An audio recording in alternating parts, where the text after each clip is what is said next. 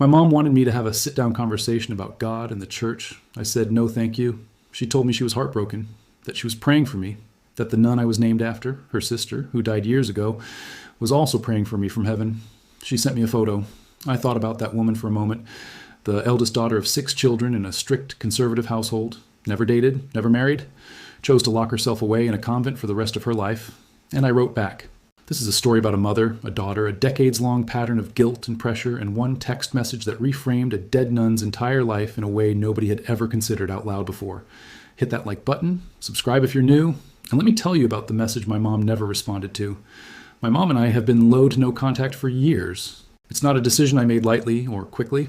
It's the conclusion of a long process of trying, genuinely, repeatedly trying, to find some version of a relationship that didn't leave me worse than before. Every attempt followed the same arc.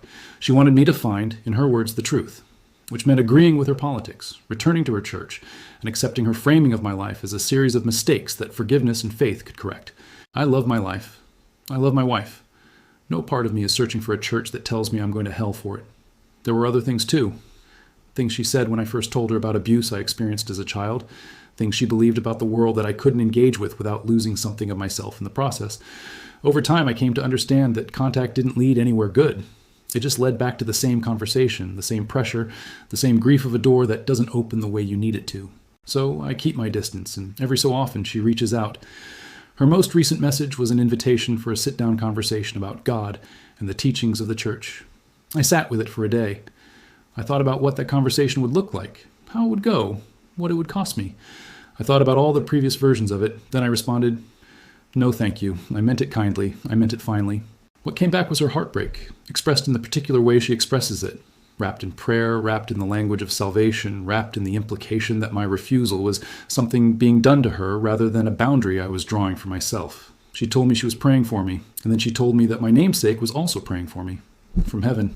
She sent a photo. I should tell you about the woman I'm named after.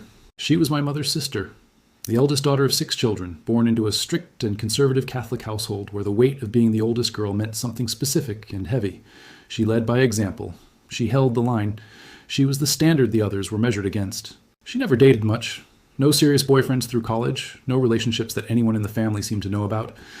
Before most of her siblings had settled into their adult lives, she had entered a convent. She became a nun and lived there for decades. Removed from the world, from expectation, from the particular demands that her family and her era placed on women who were supposed to marry and have children and build the kind of life that would make everyone else comfortable. She left the convent when she became ill, a brain tumor. She died not long after when I was in middle school. I didn't know her well. She had been in the convent for most of my life. But I carry her name. My mother sent me her photo as a guilt offering. Look at this woman who loves you from heaven. Come back to the church she devoted her life to. I looked at the photo for a moment, and then I started writing. I told my mother how much I think about my aunt, how much I look like her, how I've spent time wondering about her life. Not in a morbid way, but in the way you wonder about someone whose name you carry, whose face you share, whose choices you've never fully understood.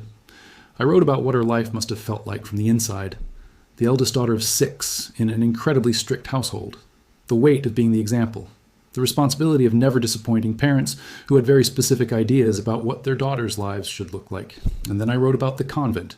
Because it's not a secret, it's documented history, discussed by scholars and historians of religion for decades. The convents have served a particular function throughout Catholic history for women who couldn't fit the life that was expected of them.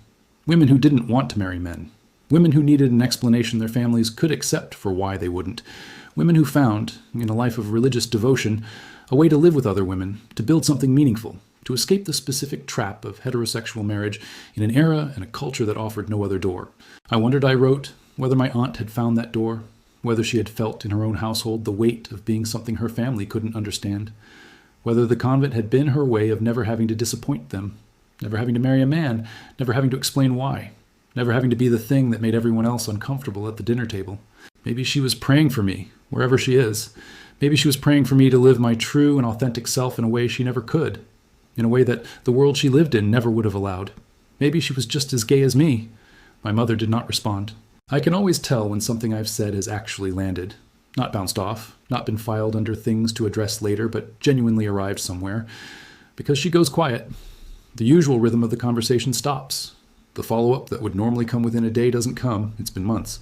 I'm not sure what she did with what I wrote, whether she sat with it, whether it made her think about her sister differently, or whether she dismissed it immediately, or whether it opened something in her that she didn't want opened.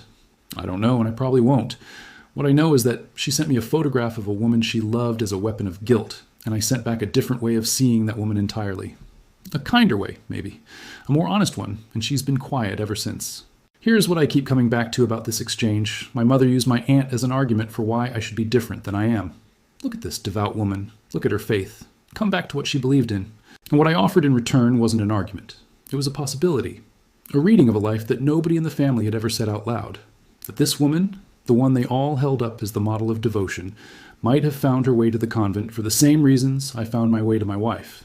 That her faith and her choices and her removal from the world might have been, underneath the theology, a survival strategy. I didn't say my aunt was gay as a provocation. I said it as the most loving interpretation I could offer of a life that had always seemed to me to have something unspoken at its center. My mother sent me her sister as a warning. I sent her back as company. I live a life my mother calls godless. I would describe it differently. I try to be honest. I try to be kind. I love the person I'm supposed to love. I take care of the people around me. Whatever my aunt believed, whatever her reasons were for the choices she made, I think about her sometimes. I hope she found peace in there. I hope the life she built, whatever its true shape, was one she could live with. And if she is somewhere praying for me, I think she knows exactly what she's praying for. If this story hits somewhere quiet and real, smash that like button and drop a comment. Have you ever reframed something someone used against you and watched it land completely differently than they intended? I want every story. And if you want more tales of finding the unexpected response to the expected guilt trip, subscribe. New story every week. See you in the next one.